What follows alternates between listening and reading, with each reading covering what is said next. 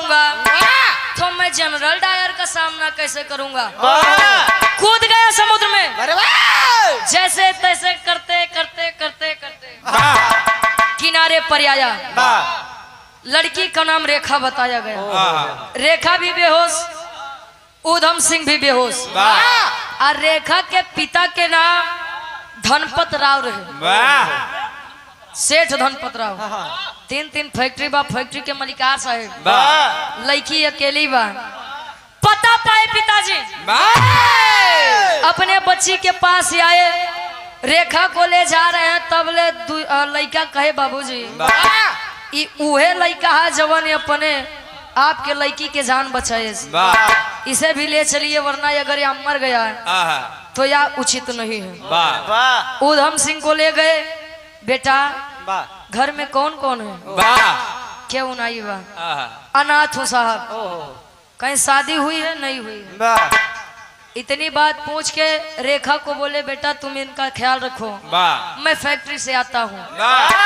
और उछल देश फैक्ट्री। तब ले रेखा आयस बढ़िया चाय के कप लई के सोच रही है इन्होंने मेरी जान बचाई है, अब इस नई जिंदगी के मलिकार यही बनेंगे।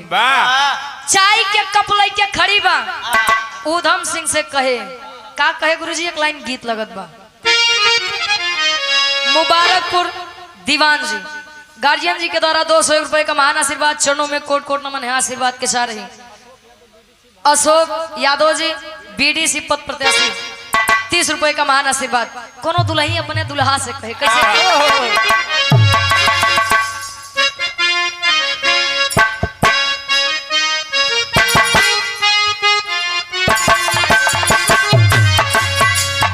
दुल्ही कहे छोड़ा छोड़ा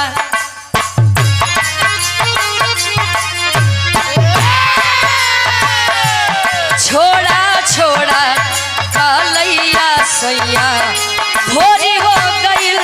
छोड़ा छोड़ा कालैया सैया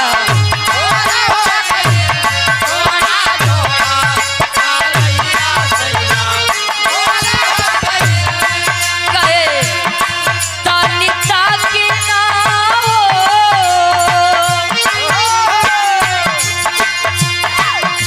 तानिता की ना अंगनवा अजुर हो गईल। छोड़ा छोड़ा कालैया सैया भोरी हो गईल।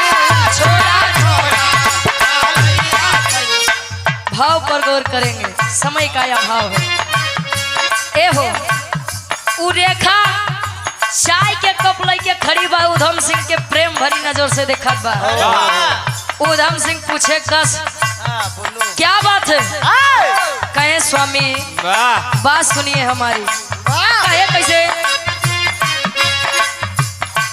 सुना सुना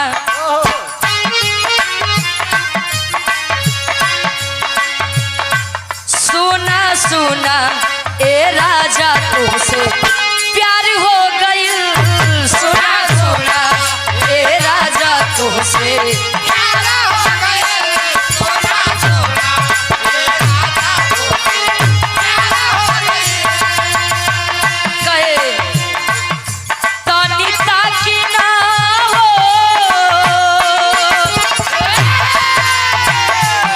तानिता की ना नयनवा भी शादी हो गई। तानिता की ना नयनवा भी शादी हो गई। सुना सुना ए राजा तुमसे प्यारी हो गई। सुना सुना। और आप सम्मानित मलालू प्रजापति जी किराना स्टोर अमीलो से कहा से बढ़िया बात है कि अपने आप खत्म कर लिया। हाँ केहू आई के कह देते जाना मूड खराब हो जाता। 100 रुपए का महान आशीर्वाद। समझदार है ए भैया। कहानी क्या समझे? वो लड़की रेखा कहे स्वामी आपने मुझे एक नई जिंदगी दी है और मैं आपसे शादी करना चाहती हूँ, प्यार करना चाहती हूँ। उधम सिंह खड़ा हो गया। पागल हो गई हो? दिमाग खराब है तुम्हारा? हाफ पॉइंट हो गई हो। हाफ माइंड के मतलब? सही है हाफ की। अच्छा यार तू सही बोल रही है। ए भैया उ लड़का कहे मेरी शादी हो चुकी है। झूठ बोल रहे हैं आप। सुबह पिताजी ने आपसे पूछा तो आपने कहा आपकी शादी नहीं हुई। अभी कह रहे हैं कि आपकी शादी हो गई। क्या मैं आपको अच्छी नहीं लगती? लड़का कहे अरे ना रे पागल, लड़की तो बहुत देखे लेकिन तोहरा जैसा बहुत सुंदर हो तुम। अरे वाह, मुझसे अच्छा जीवन साथी डिजर्व करती हो। कहें लेकिन मैं आपसे शादी करना चाहती हूँ। मेरी शादी हो गई है। कहें दुल्ही के नाम बताओ। कहें मेरा दुल्ही के नाम फांसी बा। लड़की सोचे हैं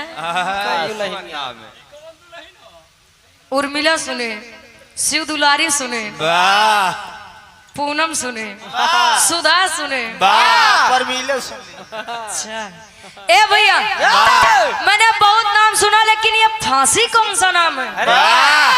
उधम सिंह कहे 1919 में हुई घटना जलियांवाला बाग में जनरल डायर के द्वारा मारे गए उन सभी क्रांतिकारी वीरों के लिए मैं बदला लूंगा जनरल डायर से। और मैं जनरल डायर को मारूंगा तो मुझे फांसी होगी। और मैं जानता हूं लेकिन फिर भी मुझे फांसी से प्यार है। मैं जनरल डायर को बिना मारे चैन से नहीं रहूंगा। मेरी शादी हो चुकी है। मेरी दुल्हन का नाम फांसी है। दुल्ही के अरे ये तो वतन का दीवाना है। मैं इसे अपने प्रेम जाल में बांधना चाहती थी। माफ करिए, हमें गलती हो गई हमसे। कहे लेकिन वो जनरल डायर लंदन में बैठा है और मेरे पास वहां जाने के लिए पैसे नहीं है। जब लड़कियां इतनी बात सुने कहे तब पत्नी नहीं बना सकते आप, हमको आप अपनी दोस्त बना लीजिए। कहे लड़का और लड़की दोस्त? कहे कि स्वामी अब ब्याह करे खातिर नहीं कहते हैं। आपके पास पैसा नहीं है, सोच लीजिए मेरे पिता कितने धनवान हैं। आपको मेरी जरूरत है, मैं लेकर चलती हूँ आपको। कहे कैसे? तेरी के भाव में कवि जी लिखा था।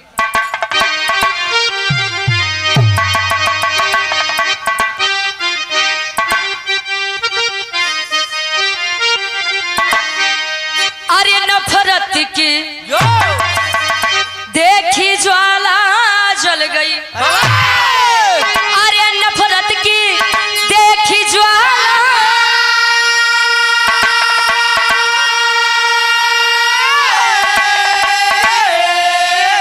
अरे नफरत की देखो ज्वाला जल पड़ी तो लूंगा पिता का बदला भले पड़े चुकाना चुकाना चुकाना।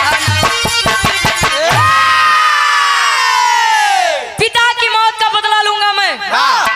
लेकिन एक बात ध्यान दीजिए, जनरल डायर की मृत्यु बीमारी के कारण 1927 में ही हो गई थी। और जब यह बात उधम सिंह को पता चली कहे अरे मेरा तो बदला लगता है अधूरा रह गया। लेकिन जनरल डायर का सहायक था माइकल डायर। हाँ, माइकल डायर पता चला कि अभी वह जिंदा है और जनरल डायर के आदेश भी उसने गोली चलवाई थी। जनरल डायर नहीं है तो क्या हुआ, मैं उसे मार कर अपना बदला लूंगा। रेखा और उधम सिंह चल दिए लंदन। 15 दिन बीता है। अखबार पढ़ा तो अखबार के मोटिंग हेडिंग में लिखा था कि आज माइकल ओ डायर बगल के पार्क में आएगा, आज भाषण है, तैयार हो जाओ, मारूंगा साले को। जब पहुंचा तब होत का गुरुजी पापड़ के भाव में कवि जी लिखा था। नूर मोहम्मद मूंगफली वाले फोन आई। अच्छा यो ले ले, अच्छा पैसा ले ले। अरे जाए दे यार, वो प्रेम है यार। और यार शंभू सोनकर भूजा चना वाले रोड बेच, वाह 21 रुपए मात्र पानी पीने के लिए, चना इनाम है। वाह चलो लंबा सफर में भैया, हाँ खा पिए चला जा, याद करम नूर भैया। अब पापड़ के भाव में कभी जी लिखा था।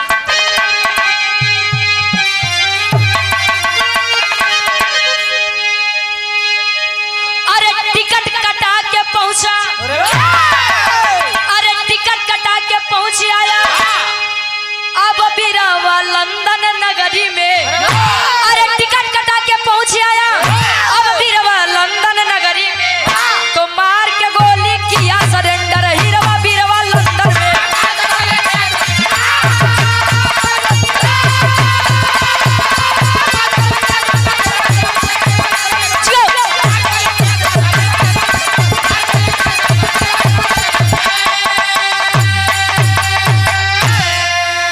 अरे लगी है गोली डायर को, घेर लिए तत्काल हो, तो इनकलाब की बोली बोला भारत माता के लाल हो। अरे बाप का बदला चुका के खुशबाना बीरा बीरा लंदन में। ए भैया खुश हुआ जनरल डायर जब आया, मलालू प्रजापति जी किराना स्टोर अमीलों की धरती से जय माता दी। आप ही अच्छा नहीं पूछ, वाह हमारे प्रयागराज के हैं। 100 रुपए का महान आशीर्वाद डॉक्टर रोहित यादव सनियाफ के कर लई के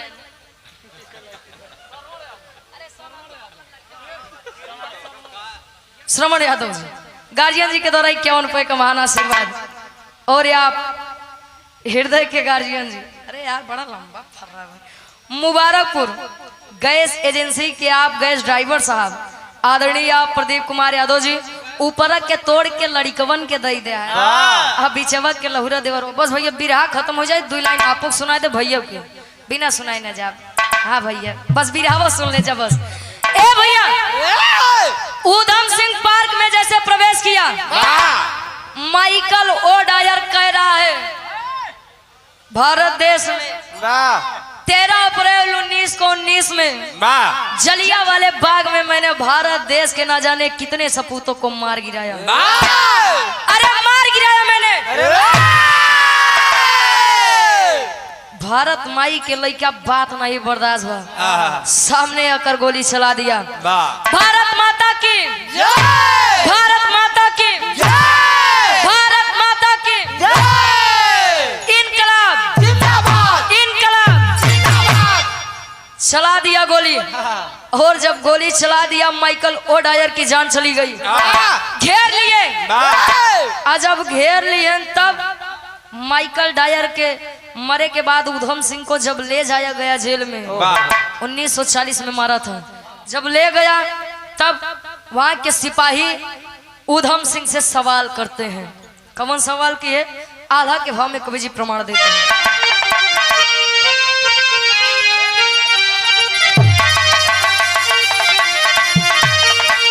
अरे कई के गिरफ्तार चलने, अरे लई के जेलिया में बाबू,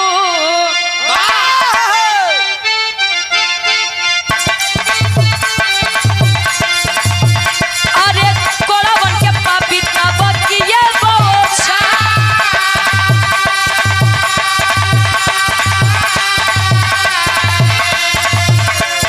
इनकलाब बोली बोले देश के जवाना,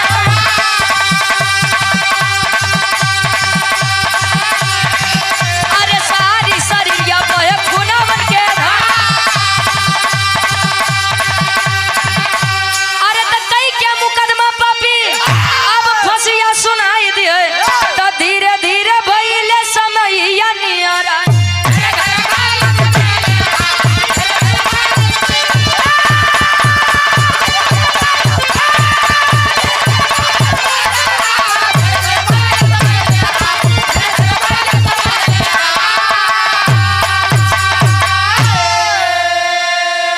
ले जाया गया, फांसी की सूचना जारी कर दिए। कुछ चाहिए? आखिरी इच्छा है, मांगना चाहते हो तो मांग लो। कहें स्वामी ना मेरे माता है ना पिता है, वैसे तो मैं भारत देश का लड़का हूँ, भारत देश का जवान हूँ। मेरी एक दोस्त मेरे साथ आई थी, रेखा नाम है, आखिरी बार उसी से मिलना चाहता हूँ। जैसे तैसे करके रेखा को बुलाया गया। रेखा कहे आप सब जानते हुए भी मुझे यहाँ पर लेकर आए, मैं आपकी आभारी हूँ। कहे रेखा अच्छा जीवन साथी देखकर शादी कर लेना। नहीं ना करती है, कहे कि कुछ मांगे चाहते ही देव, कहे जान मत मांगना, क्योंकि जान मेरी दूसरे के हवाले हो चुकी है।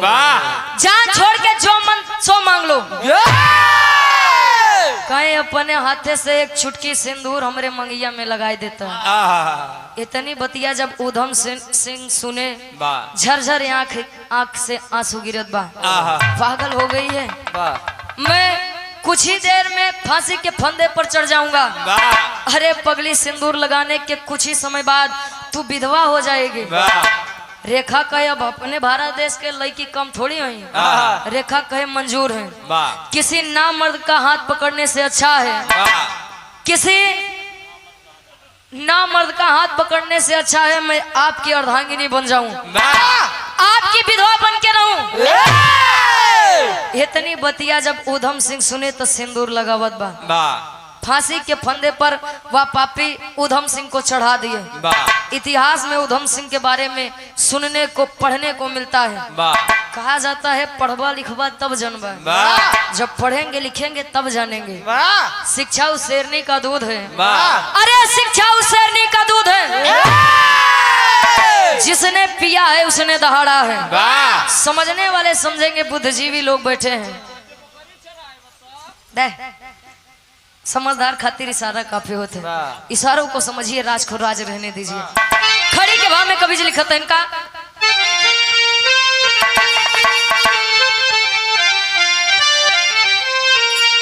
अरे चुका के बदला पिता के खुश भइले ललना। अरे चुका के बदला पिता के खुश भइले ललना, तो झूले हंसते हंसते उधम फांसी के झूलना।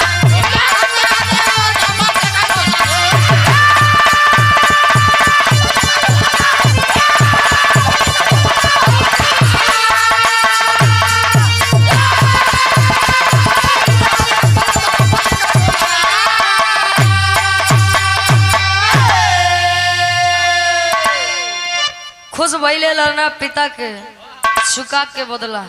जो सपूत है वो कभी भी अपने माता और पिता का अपमान नहीं बर्दाश्त करेगा, और जो सच में भारत माता का लाल अपने आप को समझता है वो भारत भूमि और तिरंगे का अपमान कभी नहीं बर्दाश्त करता है। आखिरी में खानदान के परिचय बा कैसे।